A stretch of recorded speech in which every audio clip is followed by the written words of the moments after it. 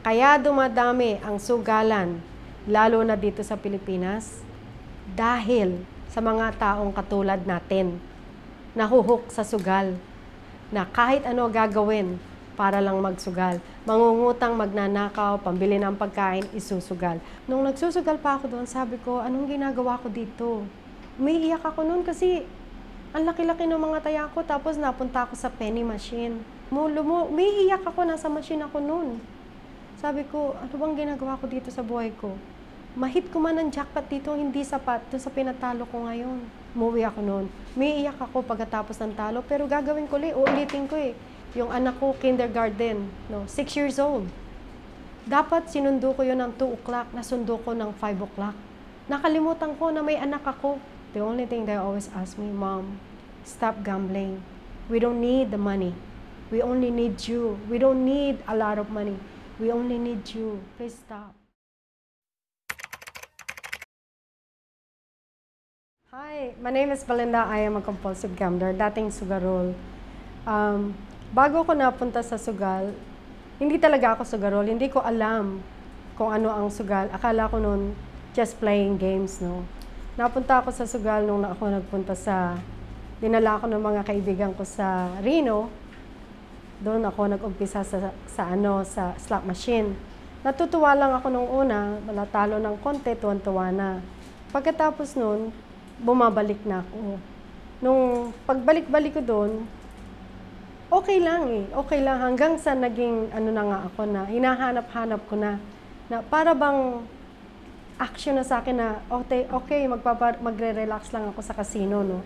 Ganun ang nangyari sa akin hanggang sa hindi ko alam na buong paycheck ko na pala nagagastos ko.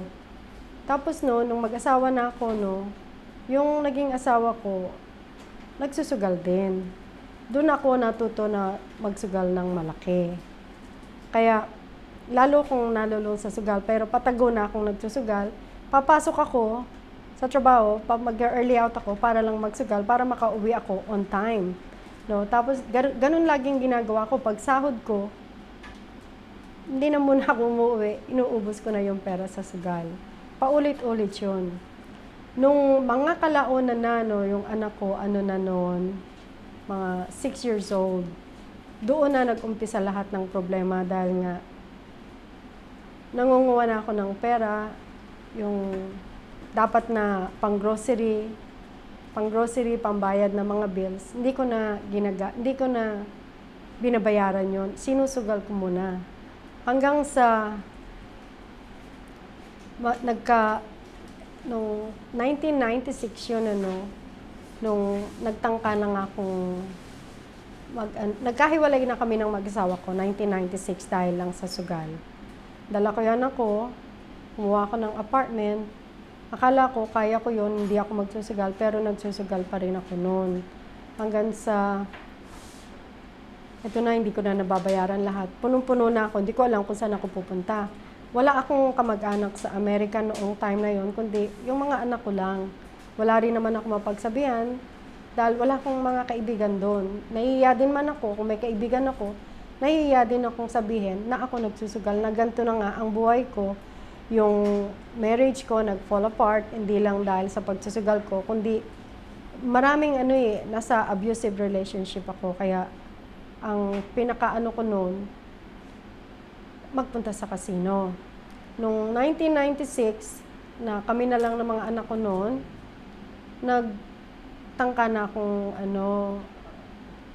uminom ako ng para lang, sabi ko, unworthy na ako na dito sa mundo, na gusto ko nang mamatay, iwanan ko na yung mga anak ko, mas mabuti pang mapunta sila sa ibang pamilya. Kasi hindi din naman ako good mother. Na hospital ako, nasa ICU ako, yung 2 anak ko napunta sa Child Haven yun. Ngayon, yung kaibigan ko na nalaman na gano'n ang nangyayari sa akin at gano'n ang nangyari, pumunta kagad siya. Tapos sinabi ko sa kanya na kung pwede, magpipirma ako ng waiver na kunin niya muna yung 2 anak ko. Pagkatapos, paglabas ko ng ospital, magbabagong buhay na ako. Nagbagong buhay nga ako, pero hindi rin unsuccessful din. Ilang buwan lang akong hindi nagsugal, pero pagdating nun, balik uli ako sa sugal. Yun yung halos lahat na nga, no, lahat ng kabuhayan ko, lahat nawala na. Lumipat na ako noon sa California. Sabi ko, sa California, walang sugalan. Wala akong kaalam-alam na may sugalan din pala sa California. Nagtrabaho ko, hindi na ako sa casino nagtatrabaho noon. Lumipat ako. Tapos pagka ilang buwan pa lang ako nandoon, nalaman ko na may casino. Nag-apply naman ako sa casino uli. Kasi nga talagang yun ang source of living ko, yun sa casino, no. Nag-apply ako doon, mataas ang position ko, na sabi ko, kahit magsugal ako, kasya pa rin yung sasahudin ko. Hindi rin nangyari yun. Kasi nga, yung unang paycheck ko, dapat, bills lahat yun, ang ginagawa ko, susugal ako. Sabi ko, sige, sa susunod na paycheck, doon ko lahat babayaran. Pero pagdating ng susunod na paycheck, sugal na naman ang nangyayari sa akin. Naihinto ko naman yung pagsusugal ng mga 1 taon. No, naging stable na naman ang buhay ko, nakabili na naman ng property. Pag nung nangyari na yon, na maganda na yung buhay ko, naiinip na ako. Gusto ko na naman magsugal. Nagsugal uli ako noon. Mas grabe pa kesa dun sa nauna. Ito na yun, hindi na ako nagbabayad ng mortgage, no, hindi na ako nagbabayad ng sasakyan. Nakakalimutan ko na yung mga anak ko na halos pambili ng pagkain, isusugal ko pa. Gusto ko madoble ito para may pambili kami ng pagkain. Pero actually, yung sahod ko, sobrang pambayad yun. Kung sa lahat ng bills namin kung sa amin lang. Sobra. Makakapagbakasyon pa kami kahit saan-saan. Hindi rin ako natututo dahil lagi nga naiisip ko, una, pagkatalo ko, no, sasabihin ko na naman sa sarili ko, I will never go back out and gamble. Pero the minute na nagkaroon ako ng pera, nakakalimutan ko yung pangako ko sa sarili ko. Magsusugal na naman ako. Tapos eto na naman, natalo na naman, problema na naman ako kung saan nakukuha, no. Hanggang sa, nag-decide na naman ako, sige, hinto na naman. Pero hindi ako nagpupunta sa mga support group. Wala akong support group na pinupuntahan, kundi I always do it on my own. Na nagawa ko na noon na huminto ng matagal, magagawa ko uli. Oo, nakakahinto ako. Nakakahinto ako mga ilang buwan, ganyan, pinakamatagal na 1 taon.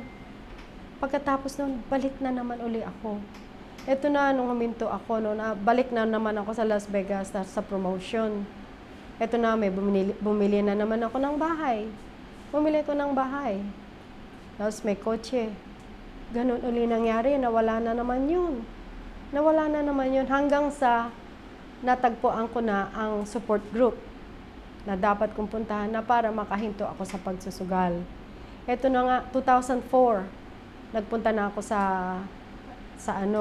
support group ng 12-step.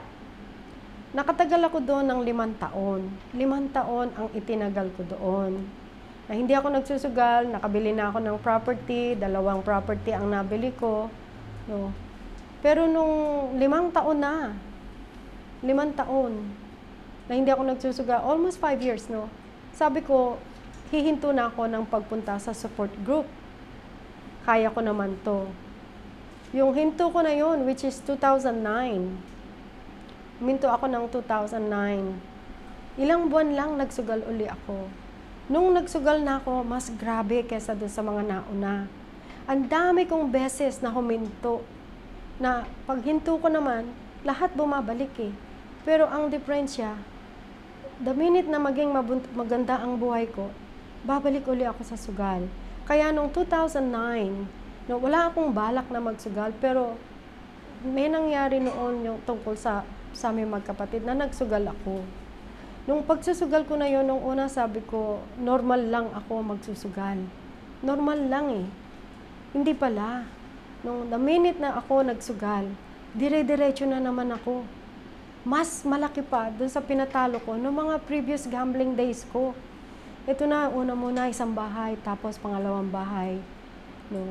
Bago yung pangalawang bahay, 2 sasakyan ko, ako lang ang driver. Sinanla ko pa yung sasakyan ko para lang ako makapagsugal.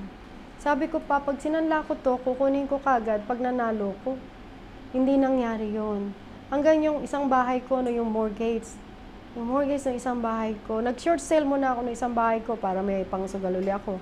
May 401k nga pala ako. Sa loob ng 5 taon na yon, Nakaipon ako, may 401k ako, may savings ako, ang credit score ko maganda, ang daming credit card. Ang dami kong lahat yun. Sa loob ng 1 taon, naubos lahat yun, naubos. Naubos lahat na. Parang homeless na nga eh. Ito na, nawala na yung isang bahay din. Na short sale din yun. Hindi na short sale, kundi na foreclose yung pangalawang bahay. Tapos yung kotse na sinanla ko. Hindi ko na rin nakuha. Nung aalis na ako sa bahay, binenta ko lahat ng gamit. Sabi ko, bebenta ko lahat ng gamit na to para dun sa lilipatan na bahay na uupahan, yun ang pang down payment ko. Hindi rin nangyari yun kasi sinugal ko na naman. Sinugal ko na naman hanggang sa, eto na yung kapatid ko nasa Las Vegas, nakatira doon. Yung kinausap ko siya kasi nasa akin ang nanay ko, nasa akin ang anak ko, may 2 kaming aso. Kung pwede, makitira muna doon dahil wala na nga bahay. Nakitira ngayon ako doon sa kapatid ko. No, 2 buwan lang ako doon sa kapatid ko. Wala pang 2 buwan. Nag-ipon talaga ako ng pera, hindi ako nagsugal. Nag-ipon ako ng pera para makakuha ko ng bahay. Kasi doon sa bahay ng kapatid ko, no, isang kwartong maliit. Double bed, yung bunk bed ang doon. Sa baba ng bunk bed, nanay ko, sa taas yung anak ko, ako sa baba, tapos yung 2 aso. Magkakasama kami doon sa bahay na yun. Hirap na hirap yung nanay ko, nakikita ko yung hirap. Nakita ko rin ang hirap ng anak ko. Kaya sabi ko, hindi na ako magsusugal. Mag-ipon ako ng pera para makakuha ko ng bahay para sa anak ko, tsaka sa magulang, sa nanay ko. Nagawa ko naman yun. Sabi ko, magbabagong buhay na nga ako, no. Hindi pa rin ako nagbago. Sabi ko, maybe this time, no, nagsugal uli ako. Nagsugal. Hanggang sabi sa akin ng anak ko, Ma, we don't need a lot of money, no? We only need you. Parang natauhan na ako doon. Sabi ko, sige. Bumalik ngayon ako sa Gambler sa support group. Bumalik ako doon. This time, bumalik ako doon June 21st, 2010. Sumuko talaga ako eh. Nung last day na ako nagsusugal, last day yan. Pinatalo ko lahat yung bonus ko. Malaki yung bonus ko, pinatalo ko lahat. Nung nagsusugal pa ako doon, sabi ko, anong ginagawa ko dito? Umiiyak ako noon kasi ang laki-laki ng mga taya ko, tapos napunta ako sa penny machine. Na basta lang nasa action ako, tapos sabi ko, umiiyak ako, nasa machine ako noon. Sabi ko, ano bang ginagawa ko dito sa buhay ko? Mahit ko man ang jackpot dito, hindi sapat doon sa pinatalo ko ngayon. Hindi kulang eh. Kaya magmula noon, sabi ko, God, I need help. God, I need help. Yung pagkasabi ko noon, iniwan ko na yung machine. Tumawag ako sa Gamblers Anonymous, sa hotline. Tumawag ako doon. No, pagkatapos noon, umuwi ako, naligo, nagpunta ako sa meeting. Yung pagpunta ko sa meeting na yun dapat kong gawin nung una, no? Nung unang dapat kong gawin na maging humble ako, maging honest ako sa sarili ko, na magkaroon ako ng openness at saka willingness. Hindi ko nagawa nung una yan, pero ginawa ko na magmula nung bumalik ako sa 12-step nga, sa support group ko. Unti-unti, nagbago yung buhay ko. Yung laban ng sugal, kasi nga sumurrender ako, na-accept ko na ako may sakit. May sakit ako eh, na walang gamot sa sakit ko. Walang gamot sa sakit ko. Ang gamot lang sa sakit ko, yung pagpunta-punta sa meeting everyday. Na everyday mag-meeting ako, gumiginhawa yung pakiramdam ko, maganda ang araw ko. Nagawa ko yun. Hanggang ngayon, mahigit 14 years na ako sa casino, no? Hindi sa casino, sa support group. Mahigit 14 years na, hanggang ngayon, nasa meeting pa rin ako.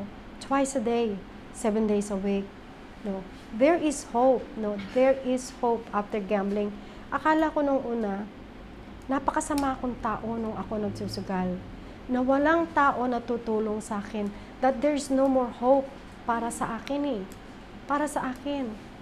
Yung sabi nila sa mga tao, ibang tao kasama ko sa trabaho, pag nagsugal ka, huwag mo ka magdadala ng pera. Hindi totoo yun eh. Sa compulsive gambler na katulad ko, kahit hindi ako magdala ng pera, babalik ako sa bahay para lang kumuha ng pera. Meron pa nga isang time na maraming pera na Meron akong pera sa bahay, iniiwan ko. Sabi ko, ito lang ang dadaling ko. Ito lang ang dadaling ko ngayon para matalo man ako, uuwi na kagad ako.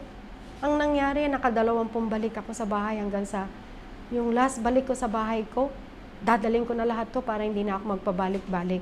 Mababawi ko lahat yung pinatalo ko. Hindi rin nangyari yun. Hindi rin nangyari na talo lahat. Ito, nangangako uli ako lagi na di na talaga ako magsusugal.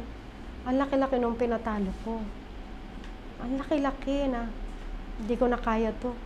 Pero nung nakahawak uli ako ng pera, ganun na naman. Ganun na naman. Yung kukunti ako mahilig sa alahas, pero meron tuwing mananalo ako, bibili ko ng alahas. Kung ano-ano, no? Yung mga alahas na yun, nawala lahat yun. Nawala lahat yun. Sa casino rin ako nagtatrabaho, mataas ang position ko sa casino. Dapat alam ko lahat, no? Pero hindi eh. Nalulun din ako sa sugal, katulad din ng mga ibang tao, nalulun sa sugal. Hindi ko talaga alam na magiging addict ako sa sugal. Hindi ko rin alam na lahat pala ng kabuhayan ko mauubos sa sugal. Naririnig ko lang yun, na naubos yung mga kabuhayan nila sa sugal. Pero hindi nga ako naniniwala doon dahil sabi ko matalino ko eh. Alam kong ginagawa ko kasi nga, sa casino ako nagtatrabaho eh. At saka nakita ko na to sa mga guests namin kung ano mga ginagawa at hindi ko gagawin yon. Pero once na ako nasa loob ng casino, nakakalimutan ko lahat yon. Nakakalimutan ko kung ano yung mga dapat kong gawin. Nakakalimutan ko rin na may mga babayaran akong bills. Nakakalimutan ko rin na meron akong anak at saka nanay nag-aantay sa bahay, magdala ng pagkain. Lahat yun. Pag yun sinabi ko na 1 oras lang ako sa casino, yung 1 oras na yun, kinabukasan ako uuwi. Minsan, nasa casino ko, galing ako sa trabaho, magre-relax lang ako dapat. Yung relax na yun, hindi ako natulog pagdamag. Umuwi ako ng bahay, naligo lang ako, pumasok agad ako. Pati trabaho ko, napapabayaan ko na. Napapabayaan ko na. Thank God na hindi ako natanggal sa trabaho. 16 years ako sa isang company, sa casino, na mataas ang position ko. Hindi nila ako tinatanggal. Hanggang sa mag-retired ako, nandun pa rin ako. No, I was given another chance, no. Nung nagpunta na nga ako dito sa support group na to, binago ko lahat. Pati sa trabaho ko, ugali ko, lahat. Nakatulong talaga sa akin ang support group. Kailangan nga lang maging consistent ako eh. Sa lahat ng ginagawa ko, maging consistent ako. Nandito na yung naging responsible ako, accountable. Nagkaroon ako ng humility. Mag-stay humble the whole time. Na hanggang ngayon, humble pa rin kailangan. Na kahit na naibalik na lahat ng naitalo sa akin, plus yung mga wala ako, meron na rin ako ngayon. I have to stay humble. Kasi kung hindi, babalik at babalik din ako sa sugal. Yung pride and ego, yun ang kailangan talaga tanggalin ko. Kasi kung ang ego ko napakataas, no, hindi ako makakahingi ng tulong sa iba at sabihin ko na kailangan ko ng tulong. Kasi dati ganyan ako, hindi ko naman kailangan ng tulong na ibang tao dahil alam ko na lahat. Confident ako, kaya ko yan. Pero hindi ko talaga kaya pagdating sa sugal. Yung sugal, nakakasira ng buhay. Yung sugal, yan ang #1 addiction sa buong mundo. #1 addiction, silent addiction that it will kill a lot of people. Ang dami nang ang rate, #1 ang gambling. Pero hindi nila sinasabi yan na #1 sa highest form of addiction na nakakamatay ng tao o magsusuicide ang mga tao kasi makakasira nga yan sa mga establishment ng casino. Hindi nila inaano lang nila na depression tao kaya nagsugal. Pero hindi nila sinasabi kung bakit na depression tao, kung bakit na parang wala nang tingin yung tao, masama nang tingin sa loob dahil lang sa sugal.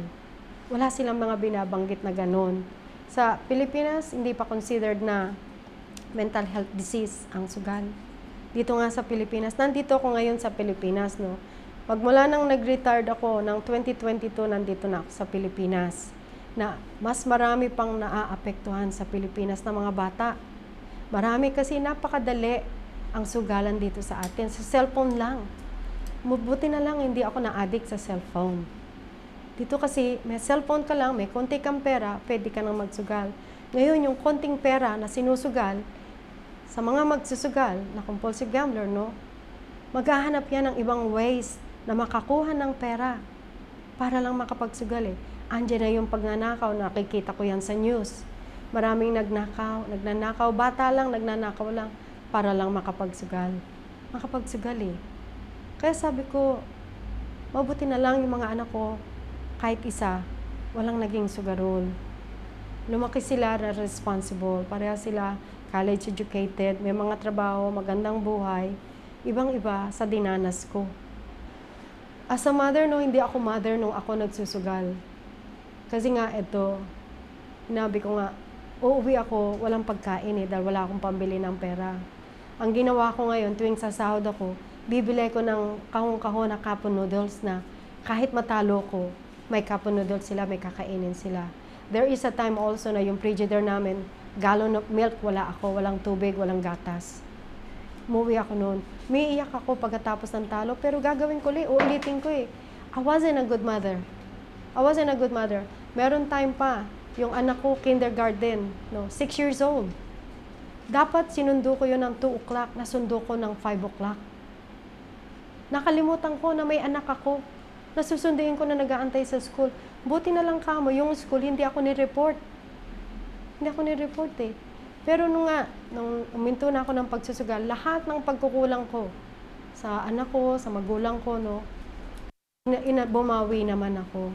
Doon ko binigay lahat yung time na nawala, na I'm still a good mother. Nagkamali lang ako dahil nga naapektuhan ako ng disease na gambler. Nag-gambling nga. Doon ako naapektuhan. Nakita ko lahat ng ginawa ko. Nakikita ko na noon, pero hindi ako, undeniable pa rin ako eh. In denial ako.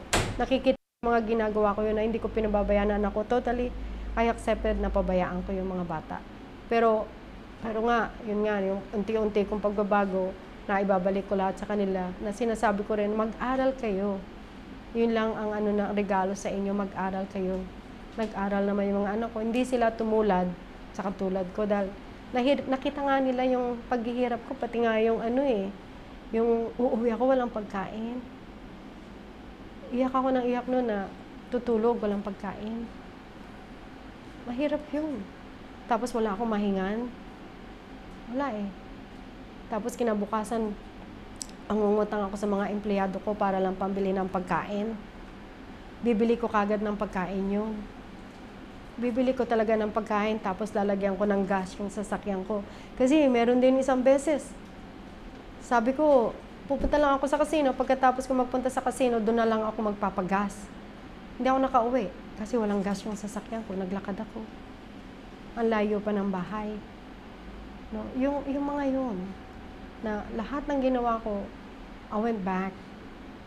Sa lahat ng mga pagkakamali ko, I went back, I really did. Na pagbabayaran ko lahat yun eh. Yung mga experience ko na ginagawa ko, inisa-isa ko lahat yan. Doon ako lahat natuto kung paano ako magiging responsible. Una sa sarili ko, no? Pangalawa sa mga anak ko, sa magulang ko. Lahat yun, binago ko. Binago ko talaga lahat yun. You know, yung dalawang anak ko, napakabait. They always cry. Pero yung pagtingin nila sa akin, hindi nagbago. The only thing they always ask me, Mom, stop gambling. We don't need the money. We only need you. We don't need a lot of money. We only need you. Please stop. Yung hardest part ng pagsusugal, yung nakikita ko ang pamilya ko na nagsasuffer. You know, nagsasuffer yung pamilya ko. Pag nakita ko yung pamilya ko nagsasuffer, anong-ano ko sa sarili ko, yung remorse ko. Sobra. Ngayon, sinasabi ko sa sarili ko pa nga na hindi ako worthed na mother, hindi ako worthed na person na mabuhay dito sa mundo eh. Kailangan mamatay na ako eh. I don't have any space sa mundo na to eh. Yun ang feeling ko sa sarili ko na kailangan tapusin ko na. Very protective ako sa mga anak ko. Very protective. May ayokong makagat yan ng maipis, kung ano man, ano. Na pag may mga taong nag-aano dyan, nakaano kagad ako. Pero nung nagsugal ako, I really didn't care na. Kahit sa school nila, I really didn't care. Nawala lahat yun. Napalitan ng sugal na pinili ko ang sugal kesa sa pamilya ko. Yun ang naging hanggang sa, noong 2006, hindi pa ako involved sa recovery nga. Doon ako, 1996 pala, wala pa akong kalam-alam sa mga recovery group. Doon yung decide na ako na, okay, pakamatay na lang ako. Baka makakita pa ng magandang magulang yung anak ko, di ba? Ganun ang ginawa ko. Pero God gave me as a second chance na, there's a lot of purpose you're on this earth. Pero hindi ko pa ginamit yun. I will be good for a few months or 1 year, the most. Balik uli ako sa sugal. Pero talaga, nung nagpunta na ako sa support group, talagang doon ako nagbago. Second time. Pero yung first time, walang pagbabago. Ang binago ko lang, nung first time ako nagpunta sa support group, yung hindi ako magsugal. Pero yung ugali ko, masama pa rin. Ganun pa rin eh. Kaya konting kala mo, lagi kang pinag-uusapan ng tao, ganyan Para bang yung ego ko, yung pride ko, napakataas pa. Very sensitive pa ako, very insecure pa ako. Kahit na lahat meron ako, very insecure ako. Kasi nga, sa ginawa ko eh. Sa ginawa ko nga masama na, akala ko ako lang ang ganun. Akala ko ako lang ang gumawa nun. Yung pala, ang dami. Ang daming katulad ko na ganun din ang ginawa nang dahil sa sugal. Ang dami, mas grabe pa sa mga ginawa ko. Kagaya nga sa mga meeting namin sa Vegas. May mga taong pumupunta na naka-handcuff.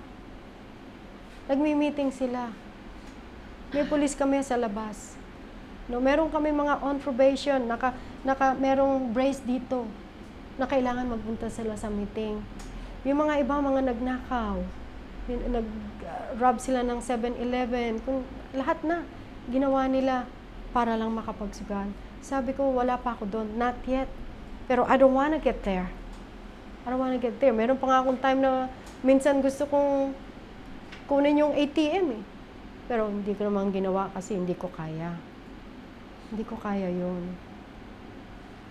Kaya lahat ng pinatalo ko, lahat lang, sa laki nun, mawalan ka ng 2 bahay, mawalan ka ng 401k, na napakalaki ng 401k ko, yung savings ko, at saka lahat ng credit card, inubos ko lahat yun ng 1 taon. 1 taon lang. Inubos ko lahat. Hindi ko na na, kaya nga 2 bahay mo para sa mga anak mo. Wala akong inisip. Basta ako makapagsugal lang. Maging zombie lang ako sa sugal. Me and that machine. Yun lang inisip ko. Yun lang.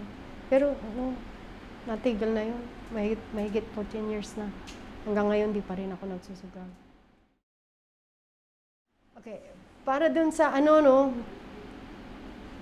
sa mga tao na gustong magsugal, na akala mo madali ang pera sa sugal, Ganyan din ako. Akala ko dati, porke nakahit ako ng jackpot, hindi na dapat ako magtrabaho dahil isang ko lang dito, yung 1 day ko, nakukuha ko dito. Hindi totoo yun. Hindi totoo yun. Kaya dumadami ang sugalan, lalo na dito sa Pilipinas, dahil sa mga taong katulad natin, nahuhok sa sugal, na kahit ano gagawin para lang magsugal. Mangungutang, magnanakaw, pambili ng pagkain, isusugal. Huwag na kayong magsugal. Kasi sa umpisa maganda ang sugal. Sa umpisa lang yan. Pero later on, masisira na buhay nyo, buhay pa ng pamilya nyo. Kaya huwag na kayong magsugal. Ngayon, meron akong support group dito na everyday nagmi-meet kami sa Zoom. Twice a day yan, sa Zoom. Ang dami namin doon, ang dami pa rin sumasali everyday. Dahil there is hope na once na makapunta ka dito sa Zoom, makiklear talaga ang mind mo. Makiklear ang mind mo na talaga palang pwedeng magbago pa ang taong sugarol. Kasi there is hope nga.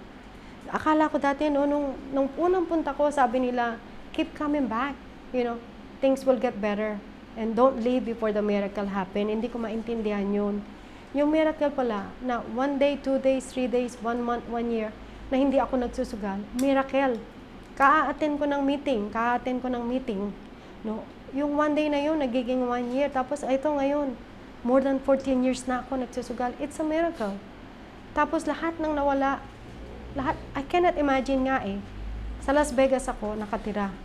No, matagal na ako sa Las Vegas since 1990 nakatira na ako sa Las Vegas. 1986 nasa US na ako. Doon ako lahat natuto magsugal, no. Na hindi ko inaakala na after ng mga dinanas ko, naggaganda pa rin pala ang buhay ko. Maging honest lang ako sa sarili ko na ma-accept ko talaga na ako may disease na walang cure, uncurable ang disease ko eh. Yung pagpunta-punta lang sa meeting, kasama ko mga kapwa compulsive gambler na nagre-recover. One day at a time lang. Yung one day at a time na yon, no? Dumadami. Hindi ko alam kung ano yung nakukuha ko sa meeting. Tuwing pupunta ako ng meeting, minsan marami akong problema, papasok ako sa meeting, mag-share ako doon. Pagkatapos ng meeting, gumagaang yung pakiramdam ko. Hindi ko alam kung ano yung nangyayari during the meeting, no? Pero magaang na yung pakiramdam ko. Gumagaang eh.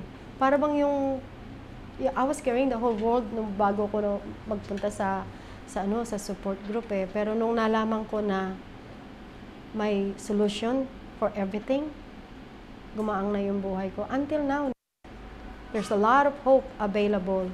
Makita nyo lang tong ating Zoom meeting, magpunta kayo sa Zoom meeting namin, no, umattend kayo, i-try nyo. It's a better way of living and thinking nga. You know, the GA way nga, better way of living and thinking. Gaganda din ang buhay nyo. Katulad ng mga members na nandun na unti-unti gumaganda ang buhay. Yung lang, so... Mga ka-off the record, gusto nyo pa ba ng ibang malupit na istorya? I-click nyo lang ang mga video na nasa screen. Maraming salamat!